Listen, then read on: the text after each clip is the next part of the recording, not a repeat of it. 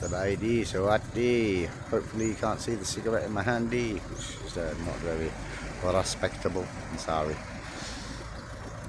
I'm at a cafe Amazon.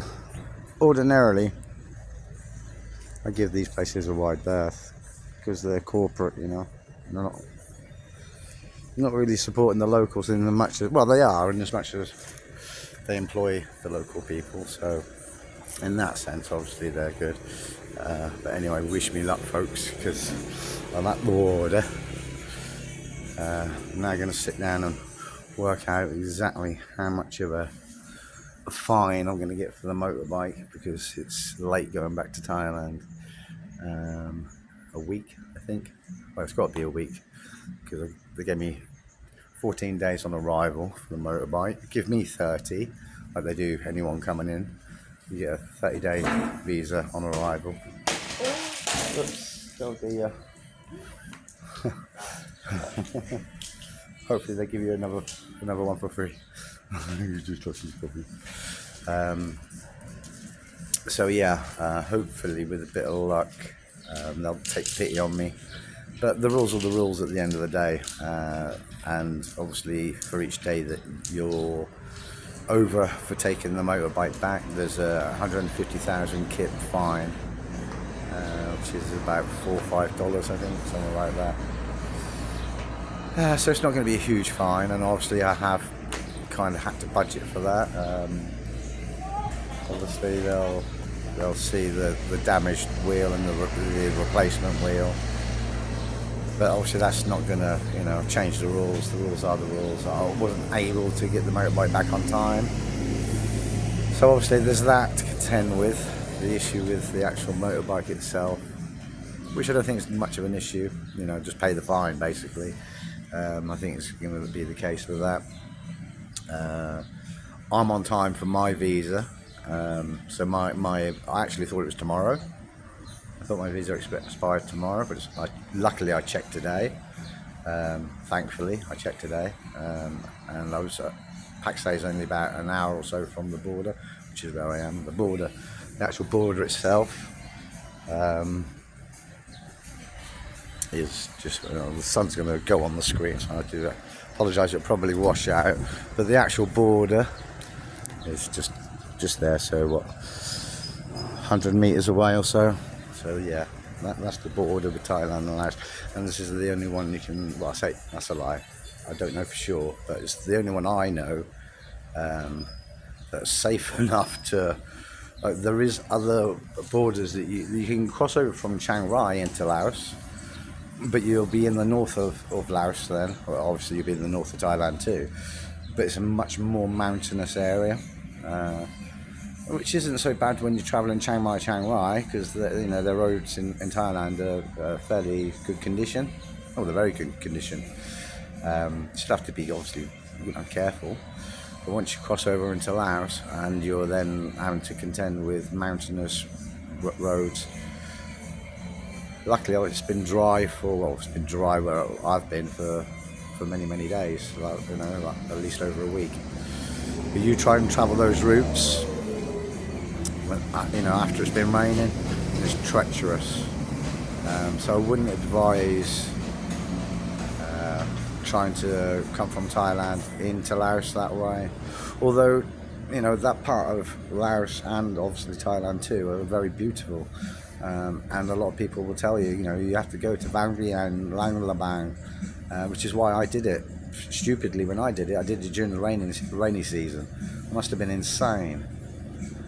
I planned the trip, the routes and this, that and the other, to, take in the scenery, which was kind of unavoidable to some extent. I don't think there was a non-mountainous way to get to the border, or maybe there was, and I didn't do enough research to find out a better route, because I was going up and down mountains, up on the mountain ridges, and then down again, and then up again, and yeah, that's why I was a day late the last time I brought my motorbike to Laos. My nerves had just got the better of me. It was a nervous wreck. I just couldn't do any more. If you want to see some of that trip, you'll have to look back about 4 or 5 months on my videos, around that sort of mark. But I wasn't really that bothered about doing too much filming. It would have made great content, yeah, seeing me fall off the motorbike like 10 times in one day, and the Laos people helping me pick it back up and push me up the hills to get me going. It would have made fabulous content, but I was just in survival mode at that point.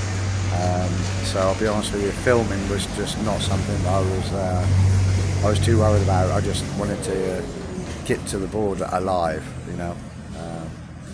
So yeah, I didn't do much recording in those, and that's the other thing. Google Maps was from where was it? Vang Vieng? Yeah, I think so. From I didn't even have time to really stay in Vang Vieng, so you know, it'd be nice to go back there again. And actually spent Lang Laban. Yep, had a lovely time there. I was there for about 4 or 5 days. Hot air balloon, you know, the blue lagoons and all that kind of stuff. But that's Lang Laban. Vang Vieng, I kind of, you know, did the old Google Maps. How long is it going to take? This, that, and the other. And it was like 5-6 hours. So like, you know, a steady day trip kind of thing.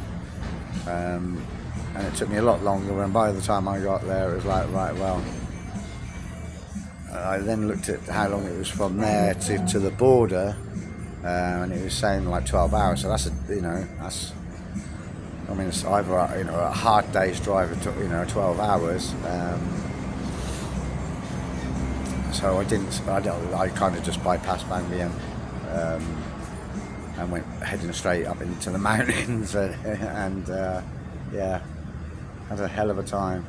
Because a lot of the roads, when they lead, because it was rainy season, so any of the roads that were alongside the road itself, and the river obviously you know, come up so high, you know, it breached the embankments, and basically a lot of the roads were just full of water, you know. I mean, like, in parts it was like literally up to your knees, so yeah, I was absolutely covered, caked in mud. I was, from head to toe, and I think they kind of took pity on me when I got to the border and I was looking in such a state.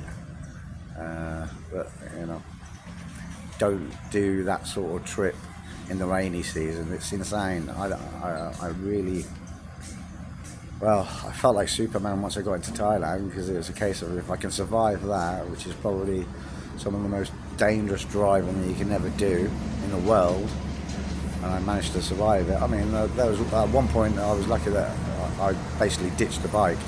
I purposely dropped it because I was coming down a bit of an embankment, you know, I was coming down a bit of a hill, and basically the locked up, so I was getting no traction because it was just mud and water, and I was heading basically to the ridge of the mountain, and there's no barriers or anything, there's nothing. The only thing stopping you is whatever vegetation, you know, whatever trees or whatever shrubbery or whatever you want to call it.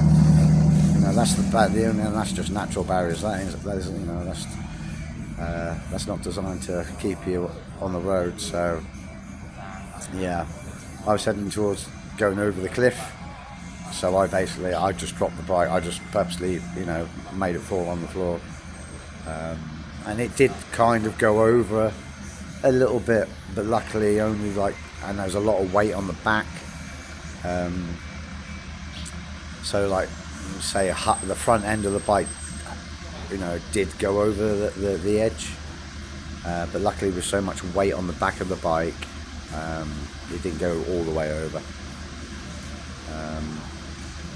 But trying to then pick the motorbike up, it was fine-ish, although it kind of wrecked my back completely, which is why I had to stop it. You know, I couldn't manage anymore, and I had to just basically camp for the night in a tent. One, because my back was killing so much from having dropped the motorbike so many times, but luckily the Laos people are so kind, and whenever they saw that happen, they came to help me pick it back up. So anyway, wish me luck crossing the border today, folks. Like I say, there's going to be a big fine, and also I'm not sure if Thailand will let me back in because of the change in the rules. On the day I left, they changed the visa rules, so I don't know what's going to happen today, so wish me luck.